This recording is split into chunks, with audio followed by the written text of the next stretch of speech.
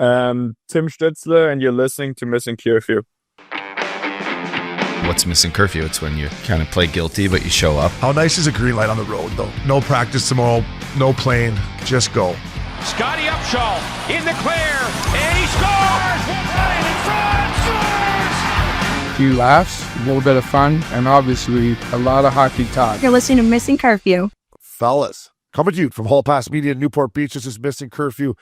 Before the boys start snapping around, let's not forget this show is always presented by DraftKings. DraftKings, the crown is yours. We got the Up Dog back in the studio with a nice little eagle tarp, a little heavy metal hat. We got our boy Richie fella. Boys, good to see ya. As Swishy says, I'm a little stung. As I say, a little hung cheese. Vegas, baby. 91.1. 931. His, so, happy birthday. Just a quick happy birthday. Yeah, our boy JD is Sunday. Like a couple clicks for you. Your voice note, fella, was all time. We missed you on here, but his voice notes are great. His voice note was great to the boys yesterday, and yeah, it's nice to be in the studio, fellas, for a little home opener breakdown as the NHL started this week. So nice to be in here with you boys. Richie, fella, how you doing, bud? I'm doing great, buddy. Had a fantastic morning. Little workout at F45, a little pump, a little walk the dogs, and then shit, shave, and shower, and then I'm at the studio. Fuck is this guy? Fucking Will Richardson, eh? Yeah. He needs his own reality. I didn't move any water like you. You didn't get the pool this morning, did you? No, I could hardly get in the shower. I roll over the pool. It was not a pretty picture this morning, boys. I smoked that little weed pen into submission last night there. Wait, right in the seats or what? Right in the suite? No. When I duck in the bathroom there, I just a little quick, a little puff, floor down, and away you go. That started with the beers. Started early with the beers on the flight out there with Picky and the boys, and got to dinner. Had one old fashioned, and then just started. Been a long time since I got back into the vodka sodas, and I'll tell you what, they were sliding down nicely, and I don't think I'm quite as hung as I would be if I was drinking whiskey. No, the brown water, yeah. It's better on your tummy too. Like I didn't really. Big time. Yeah, that stuff goes right to your mind. Yeah, the dark. You get dark too sometimes. No. You do. No, you can throw me in there. Put me on that list of fucking something in the blood. Dark and dumb. Yeah. No, yeah. I mean, I was on the beer all day yesterday. Had lunch with Flowers and Loops. Little like sort of post B-Day lunch. What was Flowers doing down here? Is it just for the B-Day lunch? Yeah, he drove down to pick up Rocky. He was out of town for a wedding, his buddy's wedding in Philly. Right, that's right. So he had to go get Rocky at Timmy's. He got Timmy, yeah, had Rocky, and so we went to Gulfstream, I had three IPAs there and espresso martini, and then... is that the Newport way there? Just a line of oysters and the Dover sole. What a treat. Best dish. Yeah, that's real nice. And then fucking sure as shit, Loops was going to the Dodger-Phillies game, and Flowers was sitting there wearing Phillies shorts, you know, like the basketball shorts and his hat. And I'm like, how come you're not going? And then we just we got some tickies and beelined it up there and just ran up. Dodger game. No, Flowers drove. Oh, wow. Okay. He drove. So that Dodger Stadium, Rich, is not perfect, is it? Perfect, fellas. She isn't, no. It's one of the worst stadiums to get in and out of in the whole league. Yeah. Good win for the It's painful. Milk carton because I had him on the milk. I know. I kind of. What's our? Well, you did fucking on the milk carton. Yeah, the parking situation is fucked. I kind of fucked that up for you. Sorry. How was the old 405 getting up there? Sticky. But I had some fucking. She's always sticky. Some Tragically Hip and some Oasis jamming. We were watching hockey and the Jays game. So it was perfect. You know, we were just. Okay. You had the Jays game cooking. That was nice. Yeah, it was nice. I used to go up there. Like I look back at how often I went up there, you know, for different reasons. Yeah. You couldn't fucking. It would have to take you guys being up there or something really going off to get me up there. Like just anywhere up there now. Just still, it feels so far now. Yeah. Well, you just go Bay Club Studio. Yeah, Big exactly. Big Canyon. Like I used to go up there for dinner during the week. Yeah, it's still nice. Try to get one done. Yeah, I remember I'd always come back, like 1 a.m. or whatever, and they working on the highway. You got to get off at like Long Beach and go around to Seal Beach, and you're like, fuck, I just want to get home. I got to work out tomorrow at 9 a.m. I know. I'll be late for that one. Oh, I was plenty late for that one, fellas. But shout out to Picky, T-Rex, Schmoods and the boys. We went in for the home opener. Vegas, what a production to start their home opener. I tell you, like, it was unbelievable, Richie. Like, all the productions at those games are great to begin with, but for the home opener, they opened up the budget a little bit. It was pretty sick. Yeah. How was the like? I've walked through there a few times when I was scouting. Mostly when you're playing, you're in there too early. But scouting, I can't believe the production they do out front of the arena, like the bands and the stage setup and the marching band that does the full lap. Yeah, it's sick. I don't know, did they have all that going? Oh, yeah. Or more than that, probably. I came in the back door thanks to T-Rex, but yeah, they had all that going. You know what? I was sitting there thinking, like, you know, it's such an easy sell for, like, there's, you know, Marner obviously came there this year, but, you know, Richie, we took some heat from Oilers Nation about, you know, our opinion on the lack of free agents the Oilers can get. I mean, it's not a hard sell in Vegas, right? Like, that barn was fucking rocking. I'm like, every night, 41 home games, it's like this. Like, it's pretty cool. And for the non-home days or home games, the practice rink, you live in beside the practice rink next to all the buddies in big fucking houses on the golf course. Yeah. Practice rinks tits. Yeah. Did you guys watch the Vegas game on TV? Yeah, I was back and forth between the Oilers game and LA, kind of back and forth. Yeah. The reason I ask is, what did those boys wear to the game? Because Picky and the boys thought Bill Foley wouldn't allow a non-dress code. He thought they would still have to wear. I don't know if anyone. So all the Oilers wore suits. Okay. The Maple Leafs, no. No, I know. I saw Max Domi rolling in a old school. At least, like, him and Nylander. Listen, at least they look good. Yeah. I mean, I wouldn't. Matthews is questionable. I'll throw that out there. It's a questionable outfit. Yeah. But I was expecting big things out of Matthews. Yeah, but Nylander's probably stole the show last night with the bag and the maroon, like, opened up collared fucking rock suit. Yeah, it was badass. It was pretty. The baggy pants are back, huh? The baggy pants are back, fella. Baggy pants are back. Throw my skinny jeans away. Never. Don't be throwing this. They'll come back. How many years? So all those 13 years away. Well, would things turn over every 13 years, eh, Richie? You still got your skinny jeans, bud? I don't know. Fucking style up. Yeah, I'm not changing for anybody. Black t-shirt, leather jacket. Let's go. Let's go. What do we got in the Sprinter van? Let's go, boys. Come on, baby. Make sure there's ice in the Sprinter van. We're ready to rock. Little hidden pocket. Let's go. Boys, I'm a little stung, but we'll get through this today. Hey, like I always said when I was hung for practices, passes on the tape. Yeah, right? Give me an Advil and then let's get through it. Like, my advice to anyone on a hungover practice, boys, if you're out there and you're a young kid, you're hung cheese for practice, passes on the tape. Hey, Rich, if you put your passes on the tape, you're not going to get in trouble in the practice. You're going to get through it. Next thing you know, you're home on the couch recovering. I love that. You know what I would do is I was hungry. Exactly. Just crispy rice and just a little hooting and hollering. I give a little extra hooting and hollering. Like, the coach think you're really in the practice when you're just kind of dogging it. Well, you're not dogging it, but you're kind of overselling a little bit, a little acting job. So I used to love hooting and hollering, banging on the boards. Yeah. All that kind of stuff. When you're that stung, though, Obes, that you just guys don't even pass me the puck. Like, you're on a forward line with two other guys. You guys just keep it on that side, the right side. I don't need to see it come up the neutral zone. I'll fuck it up. One time in my career, I remember me and Factor.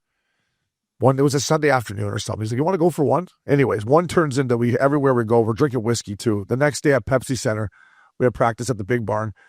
And Rich, you know I pass the puck hard. Sometimes it pisses people off. I went to the boys. I'm like, hey, boys, today's not the day to fuck around with me, all right? Like, keep the passes. And I remember the first we were doing a little D-to-D regroup drill, and I had to close my one eye when the puck was coming to me just to track her down. That's how hung I was. Most hung as I've ever been. I was stung, man. I'm like, fat guy, that kind of got away with the boys there, right? Kind of got away with the boys. Irish? Oh, that's good. I know my favorite practice of the year was after rookie party. Yeah. Well, I love that. I was always the best player in practice after the rookie party. I mean, I always feel like I played pretty well like that. And some of the guys couldn't stand up. You know what I mean? Like, I always used to say to the boys, it's not as easy as you thought, eh, boys, to come out here hungover, right? I do this every day. This every fucking week. You boys, eh? It's not that easy, is it, fellas? Anyone can do this fucking not hung cheese, but takes, That's funny, boys. Hey, listen, hockey's back, boys. A couple things. First of all, shout out to the LA Kings fans.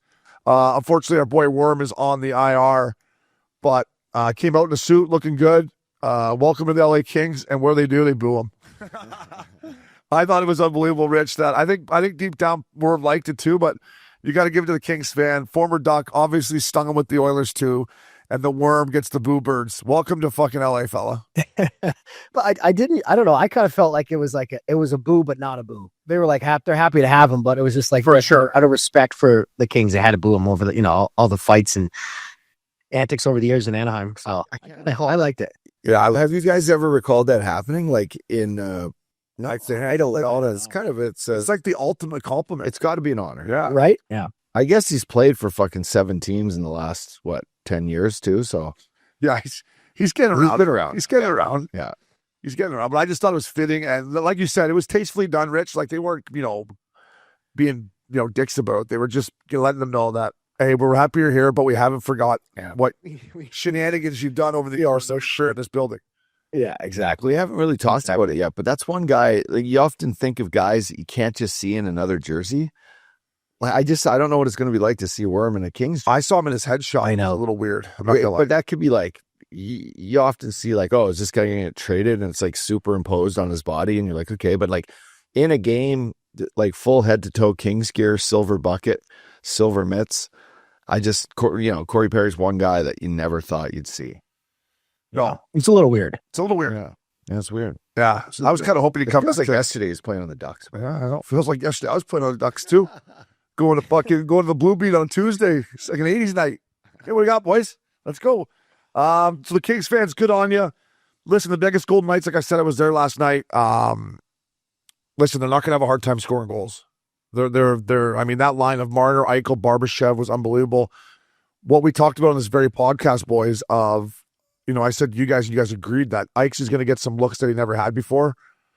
And we're going to get to it in our Kits Eyewear Dish of the Week. But what a pass by Marner there. But listen, can they defend enough? I don't know if, they missed Petro last night. Like, when I watched that game, I'm like, God, this team, it's a really good hockey club, but they missed Petro. Petro's a world-class defensive D-man, boys, that eats up a lot of minutes and eats up shots. Richie, you know what that's like, to know, even for the goalies, right? Every time Petro's on the ice, the goalie knows, hey, I can give this guy this puck. He's not going to turn it over. He's going to make the right play.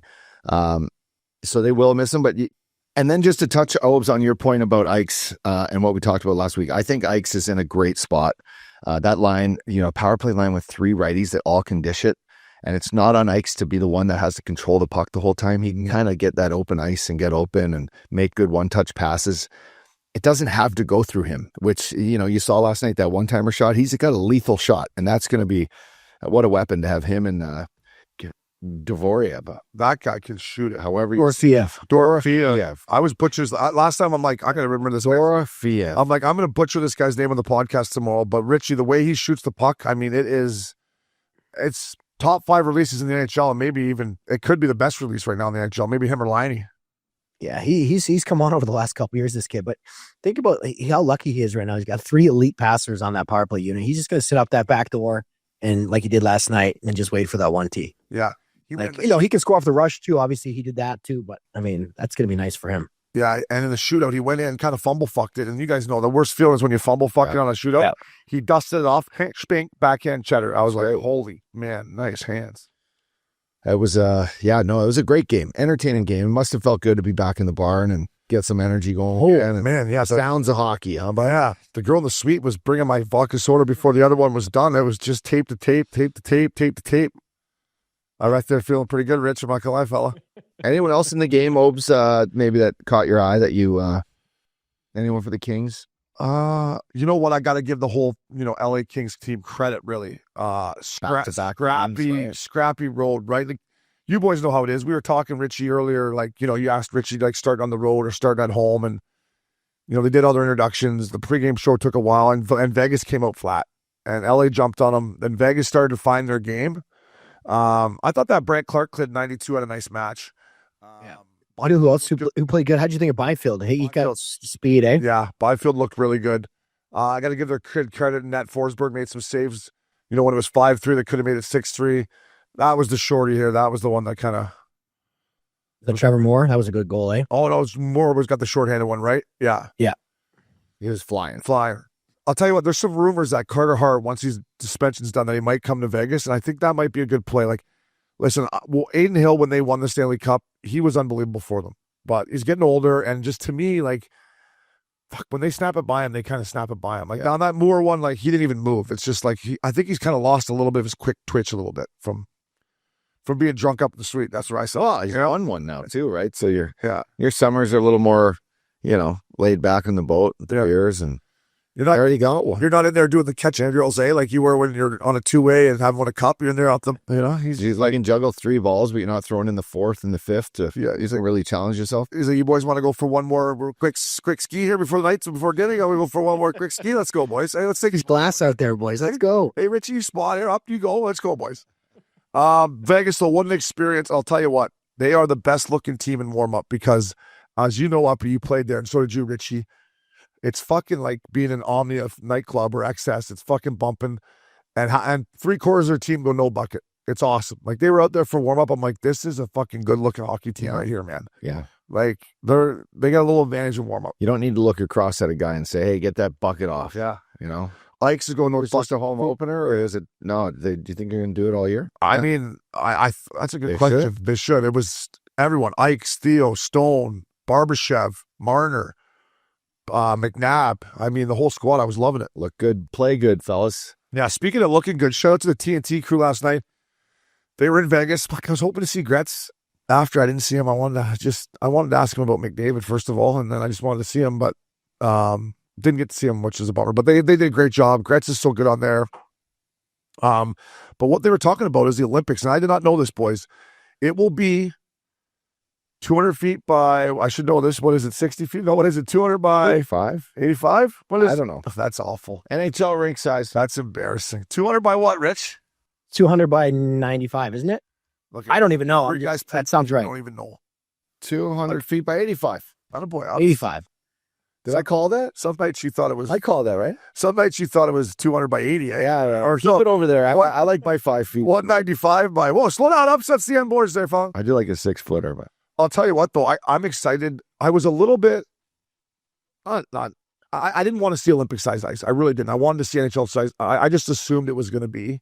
But I'll tell you what, Tom Wilson, pack your bags because NHL size ice, you're on the team. yeah, My team, anyways. 100%. Sam Bennett, hello. Because all the stuff we had in the Four Nations, Rich, I was like, the Olympics on big ice, it's not going to be as physical. But now going over there with NHL ice, these boys can run around and maybe bring that physicality to the Olympics.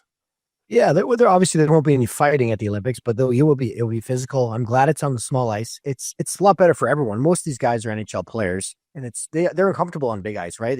Your angles are all off. It'll be a lot better quality hockey, I think. Yeah. Funny that they still have 2 different size rinks. Yeah. Well, there's 3. Then they go to I played in Finland. They have a hybrid. Really? It's not quite as wide as the old. I always we talked about this before, but I like old school baseball barns and all baseball, actually. There's no set field other than just, the infields. But I think some of the corners and maybe the length could be a little different. You can build your team around your home. That would be unique if you could build your arena, Richie, around your team. Like if you got a big team, make it a little smaller, like the old St. Mike's arena. Hey, come on in, boys. What do you want to play here? Let's go. Hey, we'll play any way you want in this barn. Yeah, I'm down with that. It would be cool to see how teams would want to build it. Yeah. Well, that was like the one team up in Finland, Kalpa or whatever they were called. They were the only team that had the big time Olympic size ice, not hybrid. And they built their team all fast little guys. I remember chasing these guys around there. I'm like, oh my God, it's crazy. So they did that in the Finnish league. So TNT boys looking sharp. Gretz is the man. Last but not least, a little intro here. I watched the first episode of Faceoff Inside the NHL Season 2. It was all Chucky, Brady, and Big Walt was awesome. All leading up to the Four Nations game. They were having dinner with their whole family the night before. Matty was holding Brady's kid. Brady said, it's nice to, be with my family and especially what's about to happen tomorrow night. So they knew the night before what was going to go on, but great job. Big Walt was awesome. He knew what was going to happen when they were warming up. He's like, or right before the face-off story, he's like, what's Matty doing? And they said, they're about to go. It was well done. I thought the first episode was really, really good. Boys, I don't know if you saw it, but I just wanted to give some love to that. And the Kachucks, this is what I wanted to say. Sorry. After that, how much they promoted hockey. They were doing everything. Late night shows, podcasts. They really did a hell of a job of selling the game after that. Yeah, for sure they did. It actually put hockey in a spot where everyone didn't talk about anything else other than the Canada-US fights, how much entertainment that was. We gained hockey fans, which is what the thing's supposed to be about, because we don't gain hockey fans during All-Star games at all. No. But no, it's nice that they highlighted. So Amazon, good job. Yeah. So I haven't got to watch it yet. So you're saying they're sitting down for a family dinner and they're just talking about, hey, tomorrow night we're going first. Yeah, they're having a nice little dinner in Montreal, and they're walking outside. Remember how cold it was there? Yeah. They're walking outside. They all got their hoods on because they won't even know. They just sit down there. Yeah, and Matty and Brady are at the end, and Matty's holding his nephew, and yeah, basically they said it's nice to be relaxing, enjoy these times for especially what's about to happen tomorrow night. That's Love awesome. If I had a That's brother and I old was school. playing for Team Canada, I'm like, let's go out there and fucking get this place rocking. And like, Totally. Big Walt says like how loud the rink was, and we were there. Like, it was so loud. Like the place went bonkers. It was awesome. It was arguably the best. I mean, we saw Game 7 not five months before that. Yeah. Edmonton, Florida. This was way more energized than that, right? Yeah, Sporting sure. It was crazy. It was crazy. So if you haven't checked it out, check it out, boys. It was a good first episode. I'm looking forward to diving into more of it. I guess Richie Meredith Goudreau is unbelievable in it. I guess it's like she's just such a strong person throughout it, and some people that have watched it that are not huge hockey fans have watched it and said she was crazy how strong she is in this. Yeah. Well, I mean, the way she's handled this horrible situation throughout the whole thing, going to the NHL awards and going and doing all these things, and I don't know how she's kept it together. So I'm excited to watch it and see that side of it too. But even though it's so sad, but yeah, she's been super strong. So obviously we're still thinking about the Goudreau family. We'll be right back at Missin Curfew. Fellas, welcome back to Missin Curfew. Up Dog. That was a great video you sent the fellow team text to the guy with the Brinks truck. Like, beep, beep. Back it up, baby. Well, Ike's, back it up right to Ike's sick house in Vegas, his pool and hot tub and everything else he's got in there. 8 years, $13.5 million, $108 million for Ike's. I think this is a good deal for him. I think it's a good deal for Vegas. And obviously, boys, with Ike's, everything that he's been through with injuries, he wanted term, right? He's been on the other side of it, where to see how quickly, when something goes bad with your body, it can get serious in a hurry. So he gets his term. I believe this is his second $100 million deal he signed, right? Didn't he not? Oh no, he got 8 years, $80 million with Buff. So this is nice for his this is for his portfolio. Putting away a couple extra Benjamins in your sock drawer with this one. Like you just said, a great deal. He's very happy there. He's going to work on his fantasy football team, although they beat me last week. But this is good stuff for hockey. And, now those are, I think the top 3 free agents of next year are now locked up long-term. Not long-term. I mean, McDavid, only 2 years, but there's not much more to talk about. Except for McDavid, who's playing for free. Other than that, other than that, guys are getting marked up. We can continue to talk about that. Hey, Richie, before I turn it to you on this subject, I would love to ask Ike's, like, if he wanted 15 before McDavid signed, or like, I wonder if McDavid's deal affected this one at all. I'm just curious. yeah, I mean, I personally feel that there's no way it didn't. I mean, if Kaprizov's worth 16, what's Eichel worth? He's one copy. He's the number one center. He's a center. Yeah. He's worth 15 easily. I thought Ike's was going to get 15 a year. But again, it's one of those things where I don't know if this is the way it works, but I would think it does. Pressure of that deal, he took a little less. Yeah, and I think obviously no state tax in Nevada helps. Yeah, he likes For sure. Like, you think Kaprizov loves it in Minnesota? No, he's not taking a home. He's not taking. This is a discount taken by Jack Eichel. Not if this was him in Buffalo, he would have gone for 16. So This is a little trim. Yeah, he went in and got a little trim, take a little off the sides. nothing really about McDavid's deal affected this. I don't think. McDavid took out the Bic razor and just said, take her right Take her right to the wood. Take her into the wood. Hey, I'm going to get a haircut here in Edmonton and Bic her right down, fellas. No, this is fair. I think, Ike's, I think he could have got a little bit more. Listen, he doesn't want to go anywhere. It's a great play. They couldn't be happier for him. So Ike's and fella, next time I see you, get that Amex ready and get the wine list. And I'm going to go to the far expensive side and I'm going to start fire. So congratulations. Tell him to call our boy Johnny at a lot of luxury collection, maybe. No, Get for a couple of those babies. it's funny you say that. He's like, that Sprinter van we reposted for him. He's like, fuck, that's sick. I'm like, Ike's, you never need a Sprinter van, car, plane. We got a guy. Yeah. Luxury auto collection. 100% should be, bringing his wife and her friends to the game. And He needs a Sprinter van. Yeah, 100%. Yeah. We'll get to him. Yeah, we'll get him. Ike's, happy for you. You're one of the good guys, fella. Loves going to a nice concert. Good style on Ike's too. Keep it continuing here. Back up the Brinks truck. Fuck uppy. I think Kevin Sheveldayoff listened to Missin Curfew the other day because you were starting the rumor mill with Kyle Connor. God, he'd be a good Edmonton Oiler. And then I wasn't even home. And I'm like, fuck, he just signed for 8 years. So he got 8 years, $12 million, which I think that's a little bit. He could have got more on the open market too. But hey, $96 million. But I just thought it was funny, up dog, that you're like, he'd be a nice fit. And Yeah. boom, signed him up. I just can't imagine playing your whole career in Winnipeg. That would just be crazy to me. I know. I mean, fuck. That's a lot of cake, but whoa. That's a lot of whole time down God. Yeah, That'd fuck. be crazy, right? That's one of those teams they offer you a no move, and you say, "I'm good. It's fine. I don't need it." The move on there. Keep the U-Haul parked outside my house. Keep the car fired up. Oh, she's frozen cock stiff. It won't turn on. I mean, like Winnipegians, I like you, but the city would get old for even me. You know, I don't like to stay one place too long. You would have went through that quickly. Yeah. You would have went through Earls and Pack that club quick. And they would have went, oh, okay, now what? Where am I going to go? Yeah, at the cactus seat. But yeah, Listen, anyway, one of my favorite Earls was that one in Winnipeg. hell yeah. No kidding.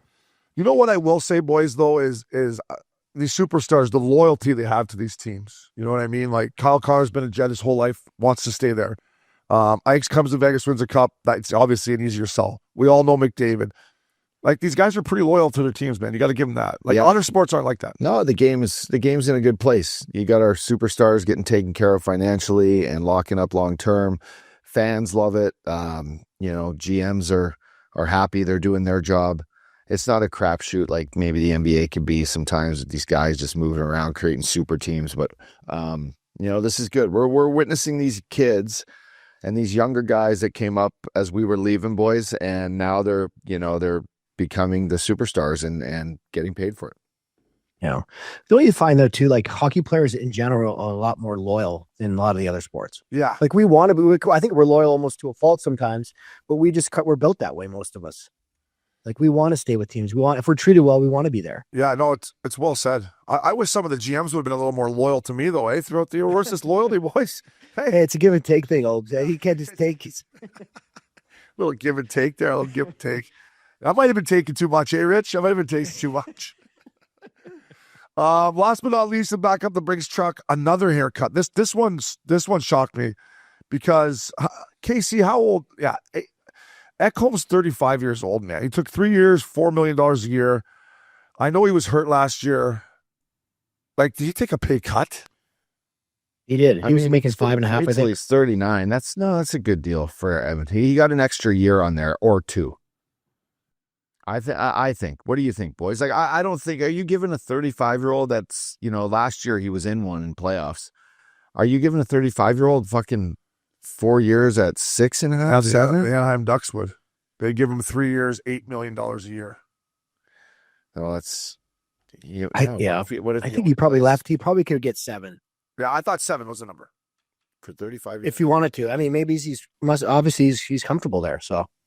Yeah, it was the number that shocked me. Yeah, it's like I was shocked by the number too. Wallman gets 7, and I like Wallman's game. I like Wallman's game a lot, and he came in and played unbelievable for the Oilers. But if you said, Obes, you can have Ekman or Wallman, I'd take Ekholm. Would you guys, or? Not for the long term. I mean, maybe as of today for the season, I would, but not for next season, probably. Yeah, okay. I mean, he's getting old, so I think they gave him an extra year. I think they gave him 4 years with this, and definitely an extra year at $4 million. He's probably going to be a long. No, they gave him 3 years. 3 years. 3 years, Uppy. Oh, sorry, 3 years, $4 million. But they probably offered him too when they, you know. I mean, listen, you got to give credit to this whole Oilers organization and the players, right? Like they have one goal in mind. Like they're all just like, let's get the and I guess, right, Richie, you've won one up, you've been to conference finals. Like, I can't imagine going to back-to-back finals and losing and then being like, there's got to have that feeling in your stomach of, we got to get this done, boys, right? Like, yeah, no, they're for sure. But it's so, you know, that mountain, Richie, is the hardest to climb because everything needs to fall into place. And injuries, you got to have the goaltending. You got to run in and... Power play's got to be cooking. PK's got to be good. You got some luck. Totally. Yeah. So, and if you don't get that luck, what do you all just look at each other and say, let's all just take haircuts and try to win this thing and add more players, you know, at the deadline? That's maybe the answer. Do guys not spend money like they used to or what? Like, I know I spent too much money when I played, but that's spending money and going on trips and doing stuff or what? Like, I don't know. I'm probably money not so much. Is it not just growing on trees? Like, did we not, like, you want to win a Stanley Cup, but then you want to win, like, it's about making some dough. I mean, they're all making tons of money. I'm joking around here. But, hey, loyal to the oil. They all are. Good on the boys. Ikes, congratulations. I question some of these agents out there, though. What are these agents thinking, Rich? Like, everyone's taking discounts. They're probably like, geez, boys, what are you paying me for here? I mean, the only thing on the extension, if you think of it too, like they get the extra year, right? If you're signing like Eichel gets 8 years instead of 7, if you went to a free agency or Ekholm, you know what I mean? You get like an extra year, like what's his name? Kyle Connor. He gets an extra year. So maybe you take $1 million less. to get that extra year. I don't know. No, that's a great point. Moving on, the new CBA, the max will be 7, and if you go to a new team, it'll be 6. So absolutely great point by you, Rich. Up, dog. Fella. I need one of these right now to help my hangover. Get this guy a Labatt Blue. Fellas, brought to you by Labatt. With Labatt, you can buy beer and get gear. Go to their website, snap a photo of your receipt, and upload it to gain points towards exclusive merch. Any size, any product, fellas, anywhere you're buying Labatt. Sign up at rewards.labattusa.com. Nothing helps a hangover like a nice ice cold Labatt Blue. LV had about 14 of them yesterday, which is nice. Your shots were awesome. The social clips that came out Wednesday for Uppy were awesome. He had two empty blue lights in his shot. It was great. I'm like, if that's not good advertising there, Richie, hey, just perfect side by side. I don't know what is. Couple empty blue lights there. Get them in there. Oh, God. We're only giving out one today, boys, and it's to you Oilers fans. I said earlier in the week that, you know, when Connor McDavid's around town or you see him, give him the respect you deserve. He comes out, standing ovation. It was awesome. I saw it on TV. I was like, that is awesome. That is what it's all about. This guy just took a huge discount. Oilers fans, get yourself a Labatt Blue. Up, dog. I know you're a good Fort Mac boy. I just thought it was classy, and obviously Connor deserves it. So good on you, Oilers boys. I know you guys were drinking up there at the home opener, but well done. Loved it. Loved every minute of it. You know that they're drinking up there, so that's just neither here nor there, but they deserve they all deserve this. They deserve another couple years with Connor, no matter what happens. He's proven to be a legend. He's playing well amongst what he's getting paid for right now. So I mean, it's good on all facets of this, and I love it, boys. Yeah, I was thinking about this last night. When you're watching them play hockey, like to be able to see that guy live play is such a privilege. Oh, for those fans, you know what I mean? Going to the rink and watching Connor McDavid and Draisaitl and some of those guys play, like that doesn't happen. Like he might be the best player of all time, you know, at one point, and to see him every night is pretty special.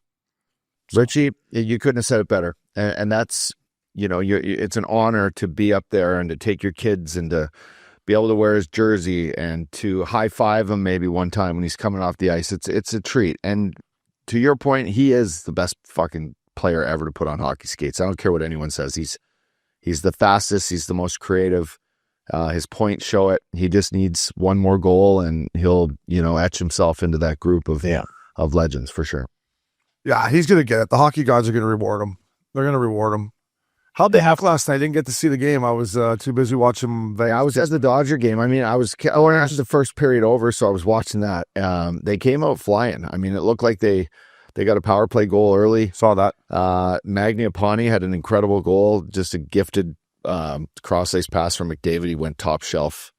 How's his helmet looking there? It's still a little loose and on top of his head. A little crooked. Richie, did you have just a crooked head or what? It's got to be, right? He must have a little, a little off center. I don't know what it is. He just can't get her squared up. And then, I mean, in typical fashion, I think it just, you know, there was a mishap. I saw the mishap. Yeah. Same problems. I'm going to try not to pile on Stuart Skinner, but yeah, it was. Did you watch that whole game, Rich? I watched 3/4 of the game, but I saw the mistake on that goal. It wasn't good. How do you play other than that? Okay. Yeah. Just okay. He's an NHL goalie. I mean, yeah, if he just doesn't make a dumb mistake, they win the game. You know what I mean? But Oilers Nation, good on you boys. Get yourself a Labatt Blue. You did your city and organization well there last night. I thought that was classy. Well deserved, boys. DraftKings, babies. Bets, and more bets. Presented by DraftKings. DraftKings, the crown is yours. Fella, get out there and download the Pick 6 app, please. We're going to start diving into it. I did one today, actually. It's right up Richardson's wheelhouse. It's over shots, over goal. It's all prop bets. You got to pick 6 of them. We're just learning how to use the app here, boys, so bear with us. But once we start diving into it, we're going to be talking about it all year. So if you haven't downloaded the Pick 6 app, get out there and download it. It's awesome, Ups. It's got every prop you can think of on there, fella. No, absolutely. I love, these young players nowadays, you get your own mug shot on like the DraftKings apps and stuff. There's come such a long way. The technology out there. Oh, that's crazy. God, AI and AI spots. And it's all outside. So yeah, this is a great app, by the way, boys. You pick your sport, you get in there, you pick 6 of these puppies, and then you let them run. I think this is legal too in most in all states because we're doing it here in California. That's great. Yeah. Richie, it's right up your wheelhouse. Oh, I'm on it right now. I'm looking at it. I did a little one this morning we talked about, but I love the I love the shots. Yeah. There's so many little sneaky shot guys you can get. I'm excited to kind of play around this thing and get it going a bit. So I'll mess around with it tonight and let you know how I do. Yeah. I'm jumping in on the Brad Richardson shot wagon here. I can't wait to tickle it here with the pick 6. So like I said, download it. Also, exciting news here at Missin Curfew. Our boy KC, Top Titty is back. Kyle Conway's going to run that for the boys. So every Saturday, Top Titty, pick your squad, stay under the salary cap, giving out American dollars to winners. So get in there, get in the action, boys. Last but not least here in DraftKings Bets, baby. NFL boys, let's keep her rolling here. We are into week 6, I believe. Any games that jump out to you boys there? Richardson, you want to start us off or what? Well, I got to pull her up here, fella. Give me a second. All right, I got her here. Who you got? What's down Ida right now? I'm wearing my Eagles tarp, boys. I'm taking the G-Men. Yeah, they're on the road. Listen, I'm doing a little teaser. I'm going to take the Eagles to win. I'm going to bring that baby down. I'm going to bring that down to -1.5 from 7.5. And I'm going to take over 30. I believe it's 41 is the over-under. Oops, could you? 40.5. 40 and a hook. Yeah, so I'm going to bring that down to 35.5, boys. Let it roll. But there you go. And then my Colts. I'm on the Colts for the rest of the year. As you should be. Maybe you give them, as you say, give your balls a tug and take the money line. Got to give your calls. The Colts are going to spank Arizona this weekend, just so you know. They're Real men take the money line. Baby. I like that. What do you like, Richie? I'm just kind of sifting through. I kind of like the Giants tonight. I'm just scrolling through. Here, I'll go with You like darts? Jumping in here. Dartski against the good Eagles, huh? I like them. I like the Rams against Baltimore. I'm going to do the upshot loophole tease the other way. I'm going to tease up the Giants in the over. That's not a bad play. The Giants always play the Eagles hard. Yeah, always. Listen, boys, shake and bake, baby. Baker Mayfield's my boy down in Tampa. Tampa Bay -3.5. Buy that hook down, boys. Take her -3 or do the loophole upshot tease and tease it up. Tampa Bay in the over, but I like Bucks. Buying that half point down to -3. And then you look at some games here like, Broncos going into the Jets, -6.5. I think they cover that one. And then I think New England under Mike Vrabel goes in -3.5. Once again, buy it down. You don't want to get that hook. I like the Patriots going into New Orleans. Those are the 3 that I like, boys. I like that. You want to pick any more, Rich, or are you good? I like what you're saying in the Tampa game. I'm just inspecting the Tampa game right now. It's 49ers. Chiefs, Lions. I'm going to take the Chiefs because I'm going to watch it, but so much for my prediction of the Chiefs not going to lose another game, eh? Jacksonville had different odds or different. What's their record right now, Obes? What are they? 2 and -1. What's the record? 2 and 3. 1 and 3. 2 and 3. Yeah. The line's -1.5. So boys, get some skin in the game, but always gamble responsibly with DraftKings Sportsbook. Moving on here around the National League, the best league in the world, boys. Connor Bedard. Nobody's harder on Connor Bedard than me, right? I'll tell you what. He looked quicker. I watched him play against Florida, and he had this jump to him that I haven't seen in his first 2 years. So if he has that jump, Richie and Updog, you need to be able to separate the NHL. I don't care how much skill you have. If you can't get separation and give yourself that half a second to make a play in the National League, you're kind of fucked. What I saw in game 1 against Florida, Richie, I'll start with you on this one. He looked quicker, and that little separation allowed his skill to really come through. It's one of the best games I've ever seen him play. Yeah, he played good. You're definitely right. He looks quicker. I think there's some stats that he was a lot faster than he was the previous year in some of his, the analytic bursts and stuff they do.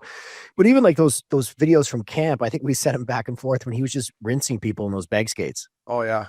I would have slashed him down if it was me, if he were trying to embarrass me, but he was still, you can tell he's in really good shape this year. He's still young. We talked about this last year. He's still young. There's still some areas when you watch him, he's still timid in the corners. He doesn't really, he goes in there kind of, am I going to fish this out or am I actually going to get in there and do it? Yeah. So I'm interested to see how he does this year. I don't think he's ready for the Olympic team, but, we'll see how the season goes. No, he's not even close for the Olympic team. I don't think. Not right now. But what I did see when I tuned in, I happened to tune in just as you were texting me, wow, this kid's flying. And what I've always noticed with the younger guys, the younger stars that come in the league, and this is now, this is his 3rd year, right, Obes? This is number 3, yes. I find like, yes, every summer you come off training camp, you're excited for the first couple games, you have another gear that you get to, but then it's like in those games, in the third period of those games, like, are you still bringing the heat? Like, is the first period just, like the bedroom, right? You still bringing the word 3. You're still bringing the heat? Third fucking, are you still bringing the heat? No, but you know what I mean? Like, is he still controlling this game late in games and being strong? And like, that's where his game has lacked. Yeah. He's always come out and like felt fresh and come out and, you know, dangled a few guys in the first period. But like in late in games when it's tight and tight checking, like, is he taking over games? Yeah. That's what I want to see in him this year. That's the next step for him. You know, because if he can do that, then he's proving that he's going to be that elite guy, and he can maybe help Chicago get to the next level, help him bring in some free agents, right? Chicago should be trying to lose. Yeah. So they could get Gavin McKenna. Is that his name? Gavin McKenna. Yeah, McKenna. sure. Yeah, 100%. Yeah. Hey, boys. Hey, just maybe not. Hey, Richardson, don't block that shot. Maybe just get out of the way there, fella. Hey, let that one through. Hey, we'll sift it by. But no, I mean, listen, I just, the speed that I saw on opening night, and it's opening night, like Uppy said, as the season wears on, and, you know, you boys know, as everyone, you guys lived it. It's a grind, and we can see if you keep it up. But I'll tell you what, that speed was exciting for me and for Blackhawks fans, and our boy Blash, I think they're excited about it as well. It is milk carton time here at Missin Curfew. Richie's former squad, the LA Kings. I'm putting your silver helmets on the milk carton. Listen, I love the jerseys. I think if you just go with a black bucket, boys, all you need is a black helmet with those, and they're fine. Yep. After the way they played, those silver helmets may already be donated to minor hockey in the greater Los Angeles area because they absolutely laid an egg against Colorado. But those silver buckets, Milk Carton City, like, come on, you just have you need a white bucket and a black bucket. You don't need a silver bucket. Yeah, I know. Why? I don't know. Everything else, I don't mind. Jerseys are, I like the jerseys. I like the jersey. I'm with you, Obes. Yeah, what is that? I'm with you. Put a black bucket on there. That thing's banging. Yeah, the jerseys are nice. The classic Gretzky one with that, like, sort of, you know, the cross. Yeah, that's the one they normally wear. Yeah, this is good. I like that. That's the normal. Is that their normal one? Yeah. They went back to the old school Gretzky last year. Yeah, that's good. We just had Turcotte up here, Richie, on the screen. He took a dumb penalty last night, and I'm like, Yes, he did. You know, they just go up 3-1, and everything's rolling for him, right? And I've done this. I did this a million times in my career. Where just you do something stupid, and I'm just like, oh, he got a 5.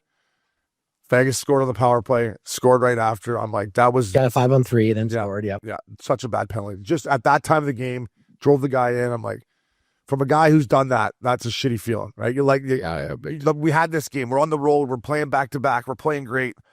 O'Brien takes a dumb penalty. Turcotte takes a dumb penalty. I'm like, It was. Yeah, he was actually having a really good game. That kid too. He was playing good. Yeah. Got an assist on one of the goals, and then went brain dead for a sec. But he got back out there though. it happens. They don't bench these kids anymore, right? Oh, no. Like that was me with John Tortorella. Have a seat right here, Obes. Done. Take your fucking chin strap up. Undo your skates if you want, because you're not moving. You're right here. You're not moving, fella. You might not move the next game too. Yeah. Actually, get a bike ride in on Thursday night there. But hey, the bike ride will be on the whiteboard there. Maybe do it twice. Actually, do it twice. It's hard to see if the coaches have any of their just whipping boys anymore, right? Is there still whipping boys? Richard probably knows this because he was a scout. But like, I think now, boys, there's so much data on how important rest is and how many minutes guys play, and like, I think they're more important over the long haul of the season. Of where, when we played, if you made a mistake, you sat and you just played the piss at everyone else. Richie, am I accurate with that? You think do teams take that into consideration? I would think a little bit. Yeah, there's numbers for anything you can think of. So there's a lot more science into it now with everyone wearing all the heart rate monitors during practice and all the stuff. So they the workout guys watching everything to make sure they're not going too hard and all this shit. So yeah, it's definitely changed a lot. Yeah, like I remember Nick Tarnowski under Torts. If 2 pucks didn't get out on the wall, his night was over. Yeah, poor Tarno, eh? Like a puck comes around, hits a stick. He's like, "That's one more, done for the night." And you're not getting that one out either when you already he's a I know you're squeezing it. We all had to really throw it out of the building. Fuck. No, I know we all did. Yeah. There was maybe 8 guys on your team could do whatever the hell they wanted. Not 18 guys. I know. No, I know. It's interesting, but Turcotte was having a nice matchup to then, but he just drove us on, right? I mean, it was cross-check. Boys, last but not least here at Missin Curfew, before we get to our guest, it is the Kits Eyewear Dish of the Week. Fellas, are you squinting at the menu on date night? Not a good look. Time to level up with Kits glasses. Frames from just $28. Pick your style. These bad boys are the Big Sanford. Nice. Upload your prescription and bam. Next thing you know, knock on your door and Kits Eyewear. And as of right now, use code CURFEW for 40% off. That's how good the team guys are. It's Mitchy Marner, boys. I was at this game.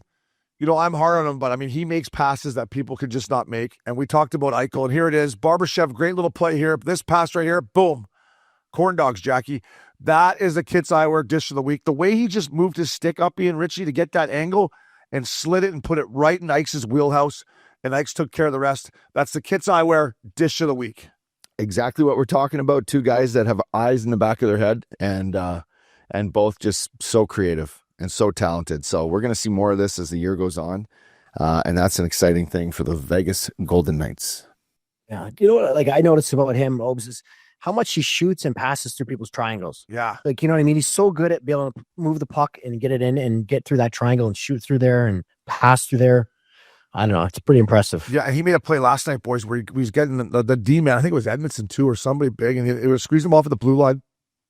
Excuse me, and he just did that little tight turn, a little backhand hit. You know, Ike's coming through the middle there and to an odd man rush. I was like, not a lot of guys can make that play. Yeah. Like, that was a nice little. Yeah. He looked good out there. I tell you what, I'll give him credit. He looked good in warm up. His hair was slicked back, flowing. Marner, he was doing those little edge work, figure skate things that he does. And I'm like, this guy's counting his dough and loving life, and there's no media to bug him. Yeah, no shit. Going home for a soak after the game in the tub, excited weather. He had what, 3? He had 2 or 3? They're not going to have a hard time scoring goals. And I will give Mitchie, he looks good in Dougie Gilmore's 93. If we could just put a little bit of Dougie's heart. A little Dougie in there. A little Dougie's heart, number be a lot. Light a firecracker under his ass, eh? Yeah. Anyways, boys, always fun snapping around with you boys. We got our guest, centerman, stud, Timmy Stutzle, coming up next on Missin Curfew. Welcome back to Missin Curfew. Updog, Richie fella. Listen, I grew up a fucking Leafs fan, right? Wendell, Dougie.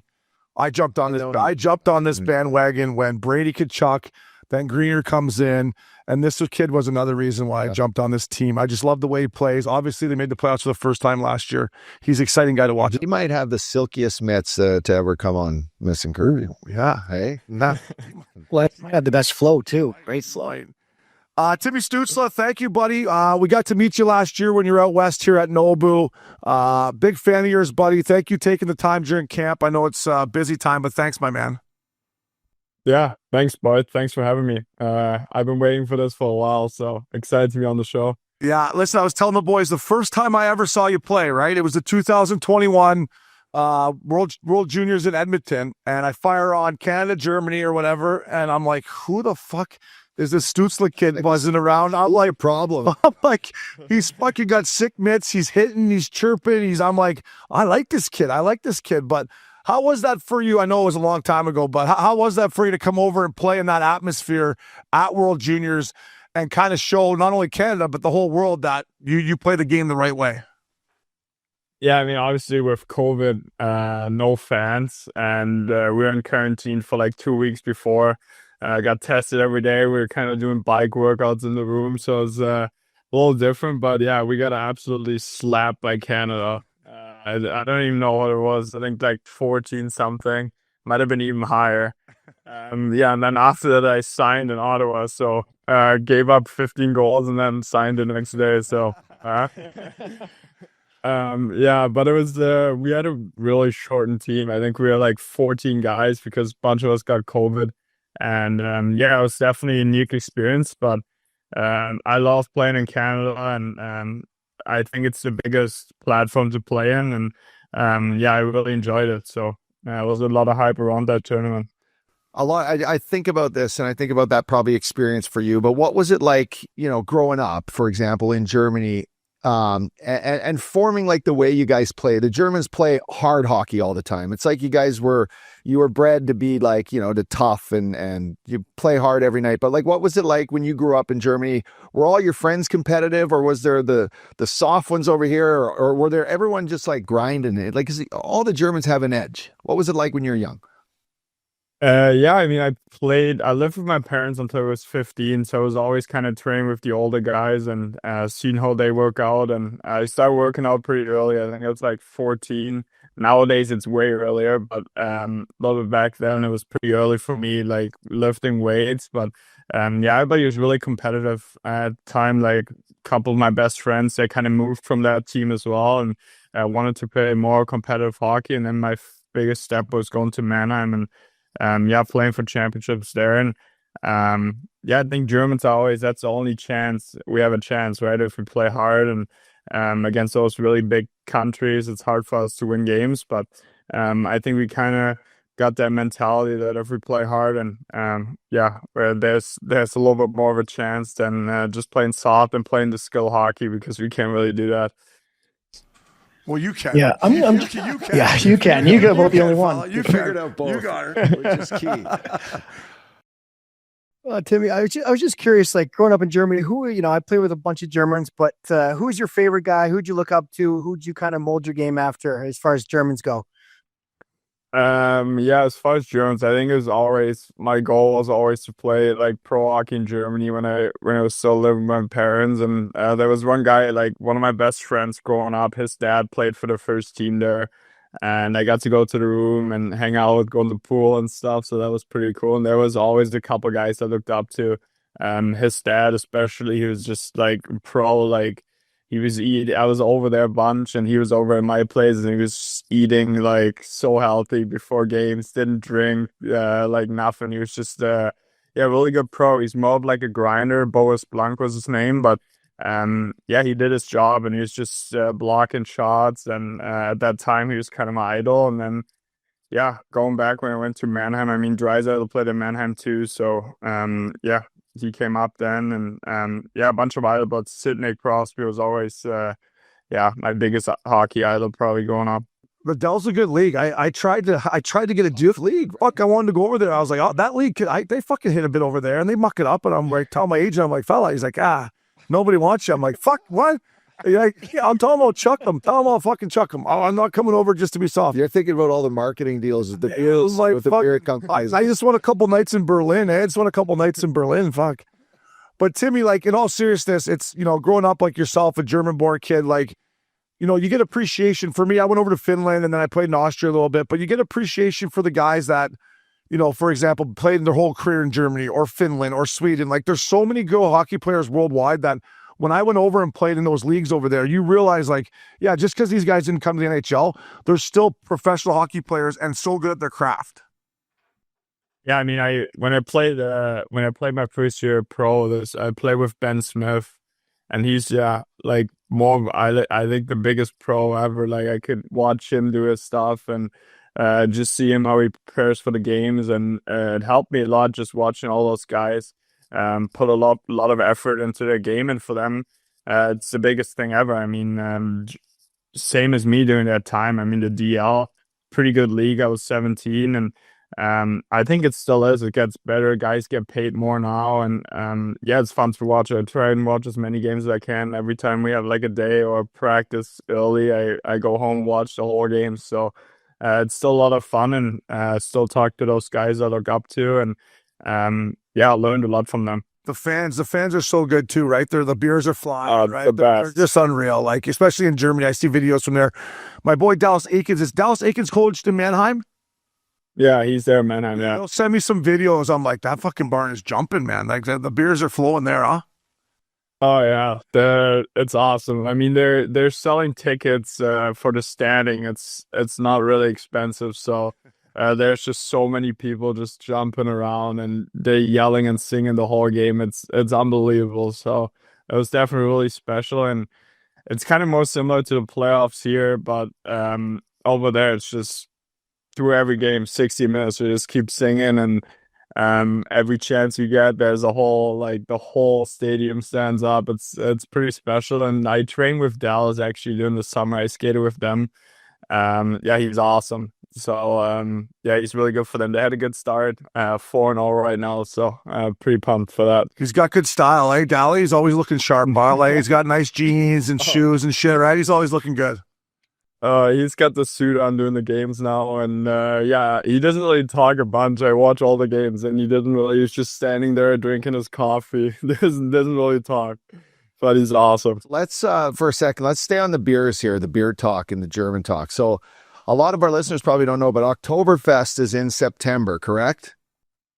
It's right now. I think it started right now. So yeah. bring us into the guys in Germany right now. Are they leaving the games in Mannheim and getting to go to these like crazy, with the DOS boots and like what's Oktoberfest like for someone that's never been there? To be honest, I've never been either. I never had the chance to go. I remember we were gonna go, but something came in between. We had like a game the next day, and it's like 3 hours from Mannheim, so we never really had a chance to go. But usually all those teams have like 1 or 2 days during the season to go, and just a little team building. And yeah, I saw some videos. It's pretty sick. I mean, the big beers are way better in Germany than they're here. So yeah, the imports definitely love it there. Beers are when they go to October. What are the You're a beer guy, outfits? you'd What are love the it. outfits called? Lederhosens, aren't they? Lederhosens? Yeah, Later, Yeah, Hosens, yeah. Do you have one Yeah. of those? No. That'd be great to come out on the ice with one of those on No. for like German night or So something. these are Hosens, bud. Yeah. Fuck yeah. We got to make it over. They didn't have my size over there, right? They all right, oh, that feature big boy. I'm like, that's all right. That's all right. You don't want to see me in that anyways, but no, it's unbelievable. They would do it in Austria too. And the beers, like Uppy's a big beer guy. Like the beers over there are so tasty. And it's like part of the culture. Like I remember we had this beauty GM in Austria, played in the Austrian league forever, Timmy. And like every day I would just see him having lunch and he'd have me having beers, like with sponsors or whatever, just having beers. And like the older boys it's just part of the A Hefeweizen. yeah, it's the culture over there. You know what I mean? The one time though, Timmy, We have a beer right now, I think. I'm going to make this quick. So we were playing, I was with Tampa and we're going over to play the Rangers in Prague, but we got an exhibition game in Berlin and we're in Czech and our plane fucking not working or whatever. And we're not even staying in Berlin. I'm like, we're going all the way to Berlin and we're not staying here. Like, fuck, like let's at least have the night, boys. So we come in before the game and they're fired up, Timmy, like, and the big ice. And we're like, boys, like, fuck it. I remember talking to Marty and I'm like, we better be ready to go here. I think we got outshot in the first period, like 22-4. Like Olaf Kolzig had to fucking stand on his fucking head, and we won 2-1. Gary Roberts scored late in the third. We left that rink. We're like, Jesus, like the big ice, Timmy, and they were just coming like we had no answer from, bud. I know it's so different. Like every time I went to play Worlds, like right after the season, it's such a different game. Like it's a complete different hockey game, and when you're not used to it, I mean, they play on that ice the whole year. They never play on a small ice, so they have all the systems exactly to the big ice, and yeah, it's always hard. I mean, there's some really good players over there that can make plays, and for the big ice, like some smaller guys, they just buzz around and dang a guy. So it's yeah, it's pretty good if you're a good skater. But I was definitely exhausted at Wells when I had to go up and down the ice because I'm so used to small ice now. Yeah, do you still get back? Are you in Germany for the summers or where do you train? Are you in Ottawa? I'm just kind of curious on that. Yeah, I train back in Germany. I skate with Mannheim there with Dallas Eakins, and then I have my trainer there. So everything's in Mannheim, and I just come back. When did I come back? 31st August now, and yeah, kind of like to get in a little early, get some golfing with the guys, and yeah. Beautiful. I knew you were a golfer because Bath and the boys, when you came out here on the West Coast, say you were boys were looking to tee it up, which I respect. You got Did you send him, or where did we send him? I had to play Pelican. It was a Monday. Big Canyon closed on a Monday. I was like, I would have had the boys out there. Totally. But Timmy, what about tennis, bud? Uppy's a big tennis guy. I play a little pickleball. You look like you might have some swag on the tennis court. Do you play or no? Yeah, I do. I play. I try to do as many sports as I can, especially in the summer. I would say I'm a pretty solid tennis player. The serve is always a little hard, but yeah, I beat Shabbat there. We were in Toronto at the media tour, so I would definitely rank myself pretty high in our team ranking in tennis. Are you a Sinner or Alcaraz type of guy? What's your... I think it's tough to say because like now that I watch and like Alcaraz doesn't even sweat. Like they can play for 5 hours, he doesn't even sweat. I would say I'm a pretty big sweater too. So, but yeah, I think they get every ball. That's kind of my game too. Like I try and get every ball. Like I don't have as much skill maybe, but I can run. So Yeah, Alcaraz is definitely more time in my game. Some of those balls Alcaraz and Sinner get are fucking. I'm like, wow, now It's insane. it's insane. I'm like, that was in the corner by the fucking towel, and he's like, Yeah, we talk. He's a freak athlete. We put all you young kids now that you're coming up, and you know, some of the guys in these sports now are just assassins, and a lot of the younger hockey players are. These fucking tennis players, the way they're running, it's crazy. The speed and the stuff. But the one thing I like about Alcaraz is he likes to tee it up. He's not just fucking gung-ho. Like, he likes to just laugh, smile. You know, sometimes when he's not playing good, he's upset, but he has fun. And that's a good thing that a lot of the younger generation, I think, have. Like, you guys you do things with a smile on your face, but yeah, and you like to tee it up, eh? yeah, I respect Alcaraz teed it up the day before the fucking U.S. Open. That's a statement. Hey, like, let's go play 18 here. I'm going to walk. I got awesome. the U.S. Open the next day. Timmy, I wanted to ask you, I used to like a good soccer game before the start of the game. I'd come in, I was just a fucking disturber. I was two touch. I was coming in hot for the boys. Like, I had a list, and if you're on my list, I was coming for you. I got a feeling you got some good two-touch skills. Is that accurate? Is that what you like to do before the game? And I got to think my boy Brady Tkachuk, if he does play, may not have the best two-touch skills. Eh? It's tough. It's tough to watch, to be honest with you guys. It's tough. Some of those guys, like, if they're not yours, it's tough to watch. But I mean, there's some guys that just have zero skill but great effort. And then there's just some guys just fake effort everywhere. Can't, like, have two left feet. Like, it's tough to watch. Two left. I had no time for fake effort. That's where I jog out line. Fake effort. I would put a stink up over fake effort. I would put a stink up. Hell yeah. Timmy, how's my boy Nick Cousins out there? Because I always buried him in Arizona. We play, but I wonder how he's doing out there at the two-touch game. Yeah, he gets buried here too. We made sure of that. Perfect. Yeah, he's my attacker number one. So that's fine. It's him and Drake, actually. I love getting Drake out. He gets so mad, so it's awesome. Oh, that's good. It's the best getting the guys. Patrick Hornquist, it used to almost ruin his game. Like, he'd be like, Horny, let it go, buddy. You're going to play now. Yeah, just like in front of the net. This is NHL. Sorry I got you in the soccer game. We fucking need you tonight. Like, tip a couple wets of shots tonight.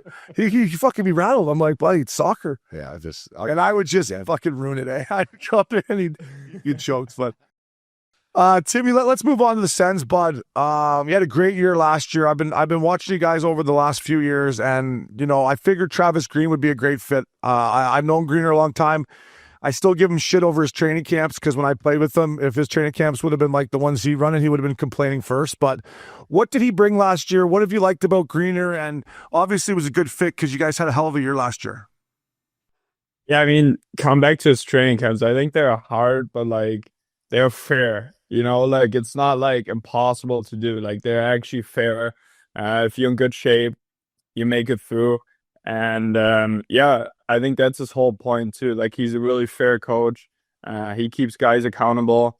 When you don't play good, he tells you. If you play good, he tells you as well. So yeah, he's just been great ever since coming in. And yeah, he's not a guy who maybe talks as much, but he has the standards. He knows what he wants, and yeah, I think he's been really good for me. Just my defensive game, and when I looked at the other teams he coached or when he was in Vancouver, yeah, I mean, every team he's been at was pretty successful.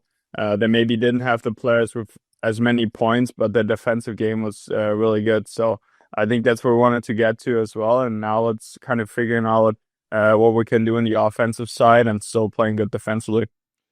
Yeah, Timmy, but listen, big steps, as Obi said last year, making the playoffs. What's the city like now? Like, you're showing up to practice. Everyone gets back from the summer. You guys are a playoff team last year.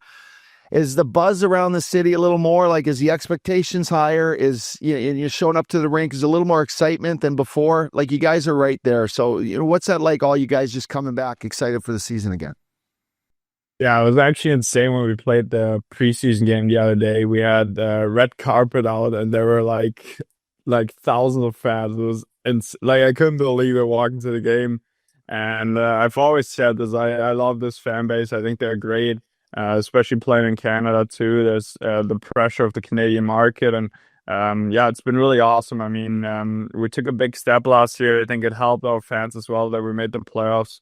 They got to see some meaningful games, and but the support ever since I came in has been unbelievable. So it's crazy they can turn it up a notch too. And I heard in playoffs like downtown, it was insane. So yeah, it's pretty cool to see.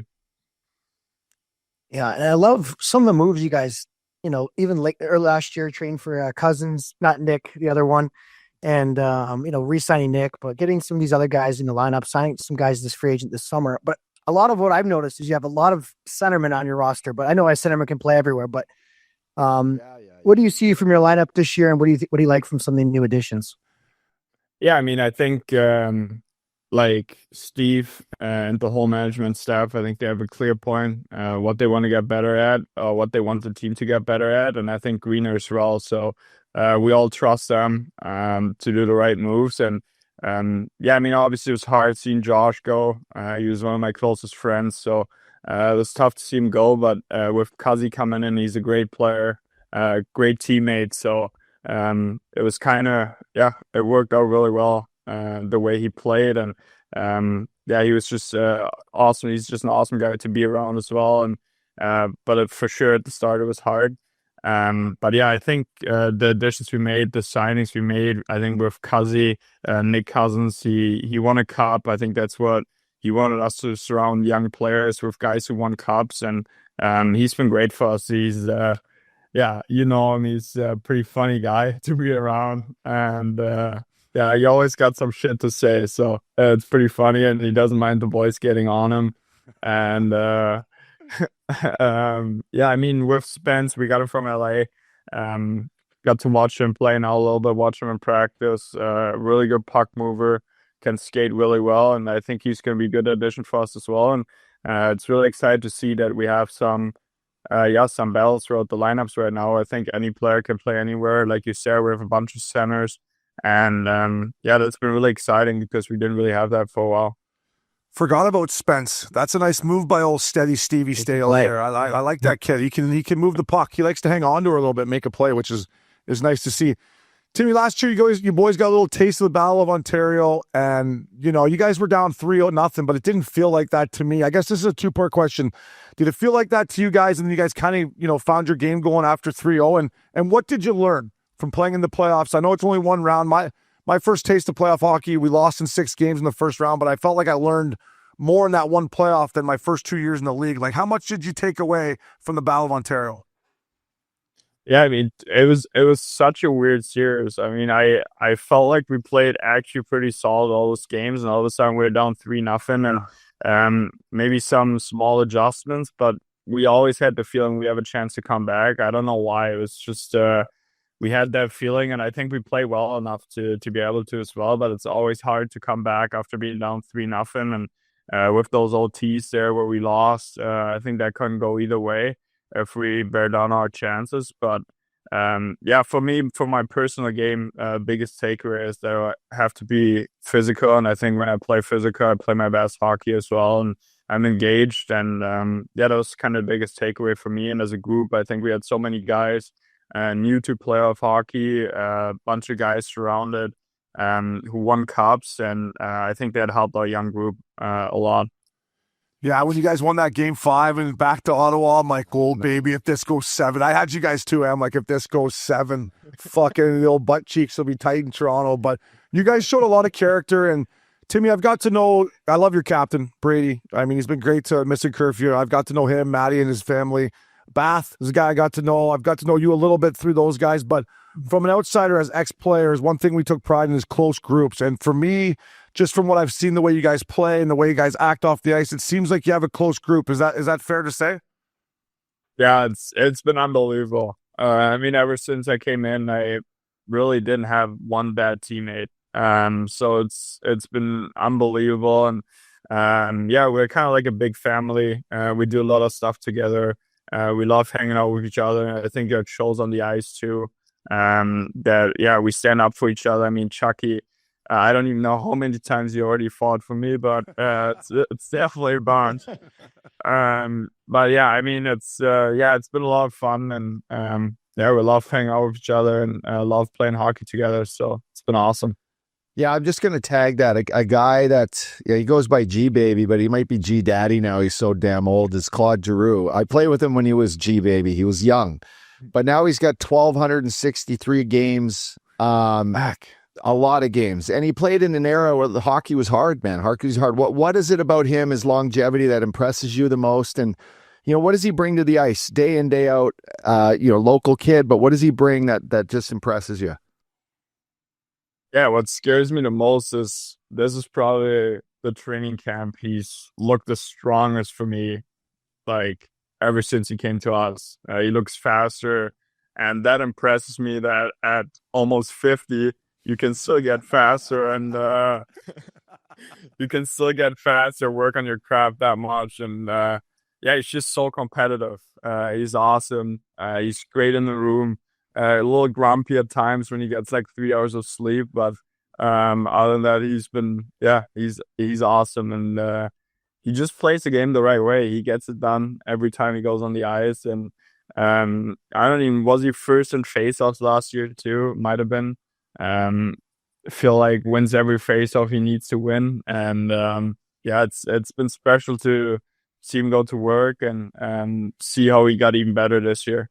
Smart player. Faceoffs will keep you in the league too. Like, he's a smart player though, and like strong. And does he still watch Entourage? Does he still flip on Entourage for the boys or what? Because when Brady told me that, I love it that he's making the young boys watch Entourage. Yeah, I mean, we always have shows on. In the room, like not in the dressing room, but like in our lounge and in the mornings after practice. And he's usually the guy putting those shows on. There's a couple of old shows on there. So, he loves it. I like that. Yeah. Fucking right. So how's it been? Have you been getting, some face-off? Because I took a lot of face-offs against him. He's one of the best ever. Have you kind of sat with him and picked his brain on face-offs? Yeah, I think he's just a little different than me on face-offs. Like, I feel like I'm like try to be a little quicker and, look at the puck a little bit more. And he's just he's just so strong. I think he did like 17 pull-ups doing camp now, and he's just so strong. So his arms are just way stronger than mine. So I kind of try and see what he does and how I can beat him in practice if I go against him. But the way he takes face-off, it's really hard to beat. And he used to play the heaviest stick I've ever seen in my life. So that made it even a little bit easier for him too. Timmy, I want to ask you, it's obviously Olympic year. We had the Four Nations last year. I said in this podcast, I thought we need to get Germany in the mix there, Draisaitl and yourself. But anyway, didn't work out. You guys are in the Olympics. What's it like for Germany? Like, did you guys have any orientations this off season? How often do you talk to, I guess, the coaches or other players? Like, how does it work for Team Germany leading up to Italy in February? Yeah, we didn't really have an orientation because I think most of the DL teams were already in training camp, and it's just kind of hard to do probably. But it's different for US and Canada. They have 100% NHL players, so they were in the training camp. But for us, it's a little different. So we stay in contact. I think there's going to be some guys from Anaheim. I talk to them. But to be honest, I haven't really thought about it as much. I was kind of more focused on going to Ottawa and kind of starting play season here. And obviously it's going to be a huge honor, probably the biggest stage for any athlete playing at the Olympics. And it's going to be awesome. Yeah, there's that sort of feeling has got to be great for you. I do want to ask you, I've been throwing around some names, but this guy to me is one of the best hockey players to ever play the game. And a great guy because I got to know him. But Leon Draisaitl, is he, do you look at him as an idol, and do you look at him as a guy that, German hockey players now, the younger kids look up to? And just how big of a legend is that man back home? Yeah, for sure. I mean, just the way he plays the game, he's a center as well. So I love watching him play. Ever since I came in the league, he's been always there for me if I needed some. And always had open ear for me. So he's been pretty special to watch. So he's definitely a big legend. I think every young kid knows him. Every young kid loves the way he plays and kind of sees him as an idol. So it's been pretty special to watch, and I can't wait to see what he's doing this year again. Is there any part of you, just to tag, is there any part of you that was cheering for like Edmonton just because of him, or like the German thing? Because fucking Florida's your team you're battling against, and it's Brady's brother and whatever. But no, it'd be nice to see a German fucking hold that Stanley Cup, right? Yeah, I mean, that's definitely a tough situation with Chucky's brother. Like, obviously, one of your teammates, best friend and brother, kind of wants to accomplish the same thing. But in the end, Florida already won last year.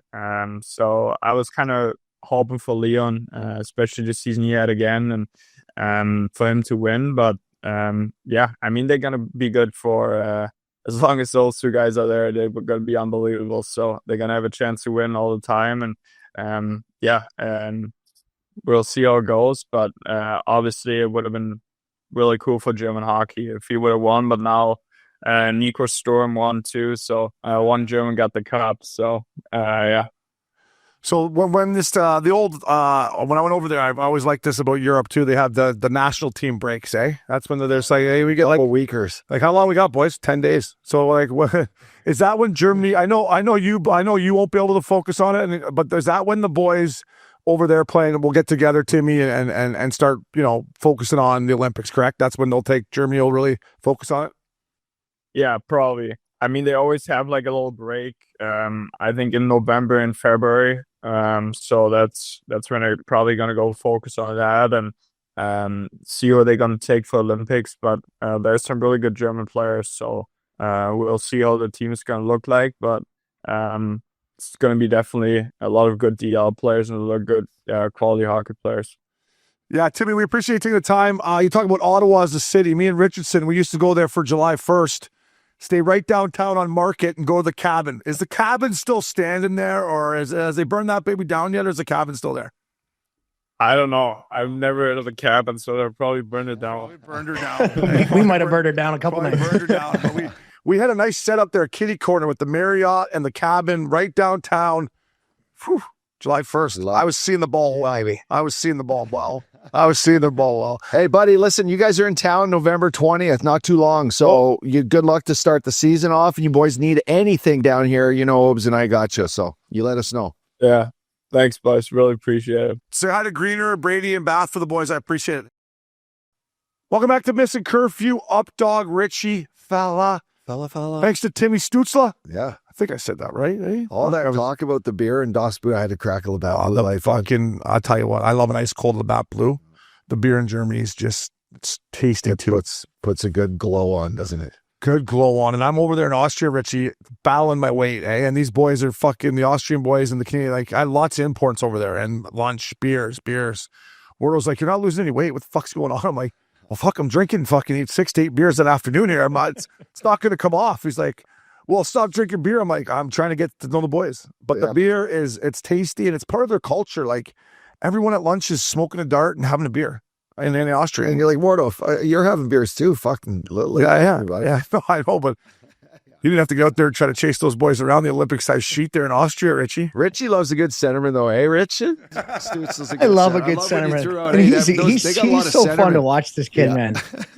I love this kid. He's unbelievable. I remember, dude, when I first great watched player, man. World Juniors, I'm like, this kid is fucking unbelievable. And I remember Byfield went second to LA. And I text Soupy and I'm like, you guys made a fucking mistake. And listen, Byfield's going to be a player and he is a player and time still will tell on that.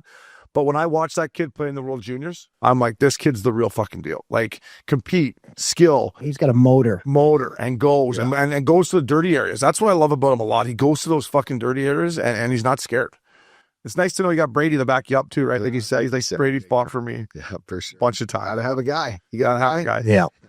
And to me, I asked them there, like, they seem like they got a good group of guys there, right? And that to me, as we all know, that's the most important thing. You gotta like the guys you go to war with. So I'm pulling for them, although I'm on the Leafs. I like the Leafs again now too, that they've got some big boys in there. So I'm kind of torn, but we'll see. There's another reason you like the Leafs now too. Let's be honest. They got rid of the guy you don't like. That's exactly it.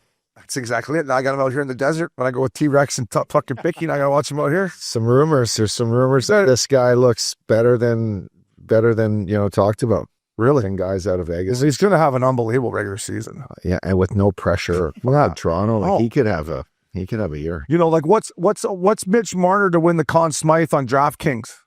Can we pull that up quick? The Conn Smythe, the Hart. I was The Hart. Because he's wouldn't go that far. He's never going to win the Conn Smythe. I can fucking tell you that. But what is he? What is he to win the Hart? I think he has. I think he has an unbelievable regular season. Just so you know, like I mean, probably the best he's ever had. Yeah. Playing with Eichel and Barbashev, they have him on that line right now, and not having to deal with the Toronto media. He's gonna have an unbelievable year. No. But when they play fucking Minnesota in the first round or whoever they're going to get in the first round, we'll Plus see. 4,000, boys. Plus 4,000 for Marner to win the Hart. Same as McCarr. What? I can't. Well, go ahead, man. What is that? No, I mean, I can't do that. You can't do it. I just don't care. I'd rather just burn my $100. I would. Well, I think he has a big regular season. I think he really does. I think he's a 100+ player this year for sure. He had 100 points last year. No, well, again. Yeah, I mean, that roster for sure. Yeah. No, So does that, man? He's not passing it to Matthews anymore. we got Eichel. Yeah, but Ike's, he's not Matthews, but Ike's is fucking out. Matthews just shoots. Ike's likes to dish. Eichel will give it right back for a backdoor tap in. Well, yeah, okay. I'll see. Listen, We'll see. I love Ike's, but Yeah. he's not Matthews. Do you love him? It sounds like you love Marner too here, by the way you're talking. Yeah, he does. He does. So are you looking to get out on Summit or something with him, or what? There's a fucking angle here to start like Him to get on Summit. Where's Herb? Yeah, Herb. Thank you to Timmy Stutzle. Kid's a good guy. Richie, Updog, always fun snapping around with you boys. Thank you to Hall Pass Media, Kyle, Casey, Conway, Max, the Ice Pick Pickup. That was Missin Curfew. Fellas.